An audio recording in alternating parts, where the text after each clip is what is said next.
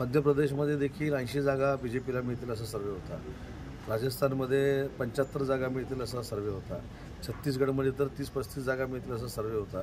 तिन्ही राज्यांमध्ये BJP thumping मेजॉरिटीनं आली. त्याच्यामुळे सर्वेपेक्षा काम आम्ही मानतो आणि कर्तृत्ववान तिन्ही नेते असल्यामुळं हे सर्वे उलटे होतील आणि आम्ही 48च्या 48 जागा खासदारकीच्या जिंकू, हा आम्हाला आत्मविश्वास आहे. महायुती का शिवसेना? हां, महायुती का शिवसेना? आता 48 जागा शिवसेना कशी जिंकली? महायुती जिंकणार. 49 जागा पुढची शिवसेना जिंकेल. आमच्या समोरची जी शिवसेना उद्धव बाळासाहेब ठाकरे ती 49 जागा जिंकेल. मला वाटलं अजून कुठची तरी जागा मागावी, मी देखील मागू शकतो. शेवटी ठरवणार आहेत, कोण 3 नेते ठरवणार आहेत. कॅल्क्युलेशन कोण करणार आहेत? 3 नेते करणार आहेत. त्या मतदारसंघामध्ये माझा मतदारसंघ येतो, याच्यामधनं 70,000चं मताधिक्य त्यावेळीच्या उमेदवारांना मिळालं होतं. माझ्या बाजूला शेखर निकमांचा मतदारसंघ येतो, तिथं बऱ्यापैकी आमची सगळ्यांची ताकद आहे. तिथं 50,000चं मताधिक्य त्यावेळेच्या शिवसेनेच्या उमेदवारांना मिळालं होतं. एक मतदारसंघ दीपकभाई केसरकरांचा येतो, तिथं जवळजवळ 30-35 हजाराचं मताधिक्य हे दीपकभाईंनी दिलेलं होतं. मला असं वाटतं की ह्या सगळ्या मतदानाचा विचार नेते मंडळी करतील, त्याच्यावर आम्हाला चर्चा करायची काय आवश्यकता असं वाटत नाही. आणि त्याच्यामध्ये जे कोण इच्छुक नाहीत त्यांनी फक्त बोलू नये एवढीच माझी विनंती आहे आणि नेत्यांवर सोडावं. जर कालची माझ्या बंधुराजांची स्टेटमेंट बघितली त्यांनी स्पष्ट असं सांगितले की नितेश राणेंपासून ते एकनाथ शिंदेंपर्यंत सगळ्यांची इच्छा असेल तर मी लढेन, अशीच भूमिका प्रत्येकाची असली पाहिजे. आजपर्यंत आमच्या युतीमध्ये स्वयंघोषित कोण नाही आहे. त्याच्यामुळे मला असं वाटतं की जे एकनाथजी शिंदेसाहेब ठरवतील, जे देवेंद्रजी ठरवतील, जे अजितदादा ठरवतील, ते तिन्ही पक्षाच्या पदाधिकाऱ्यांना कार्यकर्त्यांना मान्य करावं लागेल. दावा आपण करणार नाही?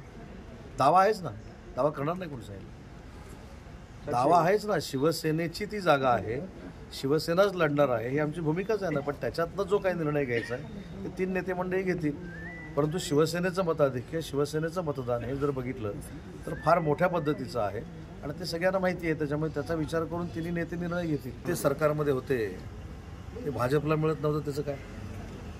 त्याच्यामुळे त्यावेळी त्यांनी जे काय केलं ते सगळं चाललं. परंतु मला असं वाटतं की कुठच्याही आमदारावर, लोकप्रतिनिधीवर अन्याय व्हावा असं कृत्य आमच्याकडनं, महायुतीकडनं झालेलं नाही आणि भविष्यामध्ये होणार नाही. शिवसेनेकडच्या जागा ह्या शिवसेनेनंच लढल्या पाहिजेत असं कार्यकर्ते म्हणून आमचं मत आहे. परंतु त्याच्यावर निर्णय घेण्याचे अधिकार आम्ही सगळ्यांनी मुख्य नेते एकनाथ शिंदे साहेबांना दिलेले आहेत. पण जिथं आमचे कॅन्डिडेट निवडून आलेले आहेत आणि जिथं शिवसेनेनं पूर्वी लढलेल्या जागा आहेत तिथं विजय मिळालेला आहे आमच्या सगळ्यांच्या सहकार्यांमुळे. त्याच्यामुळे ती जागा शिवसेना लढली पाहिजे असा आमचा आग्रह आहे. स्वप्न कोणीही बघू शकतं.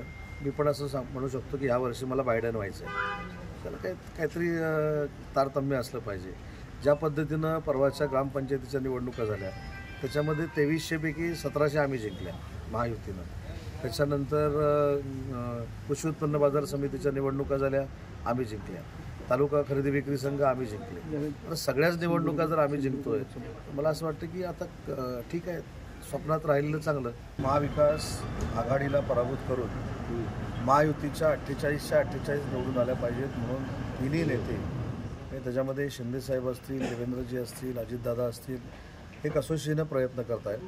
आणि शिवसेनेनं ज्या जागा पूर्वी जिंकलेल्या आहेत, आम्ही लढलेल्या आहेत, त्याच्यामध्ये स्वतः मुख्यमंत्री महोदय संघटनात्मक बांधणीसाठी आणि कार्यकर्त्यांना ताकद देण्यासाठी स्वतः मेळावे घेत आहेत. त्याच्या नियोजनासाठी मी असेल, दीपकभाई केसरकर असतील, आमचे सर्व पदाधिकारी असतील, कोल्हापूरमध्ये आज आम्ही आलेलो आहोत. 13 जे जिंकलेले आहेत ते मला असं वाटतं की आम्हीच जिंकलेले आहे. रायगड आहे, रायगडसुद्धा आहे ना त्याच्यामध्ये? तर रायगड मला असं वाटतं की शेड्यूलमध्ये रायगड नाही आहे. रत्नागिरी सिंधुदुर्ग आहे. मला असं वाटतं रत्नागिरी सिंधुदुर्ग आहे. आपल्याकडे टाईमटेबल कदाचित चुकून वेगळं आलं असेल, परंतु शिरूर आहे, मावळ आहे, रत्नागिरी सिंधुदुर्ग आहे, त्याच्यानंतर अमरावती आहे, त्याच्यानंतर रामटेक आहे, त्याच्यानंतर ठाणे आहे, कल्याण आहे, त्याच्यानंतर कोल्हापूरचे दोन्ही आहेत, म्हणजे दोन्ही आहेत. त्याच्यानंतर पालघर आहे. त्याच्यामुळे मला असं वाटतं की त्याच्यामध्ये आत्ताच्या दौऱ्यामध्ये कुठेही रत्नागिरी रायगड आहे माझ्या तरी बघण्यात आलेलं नाही.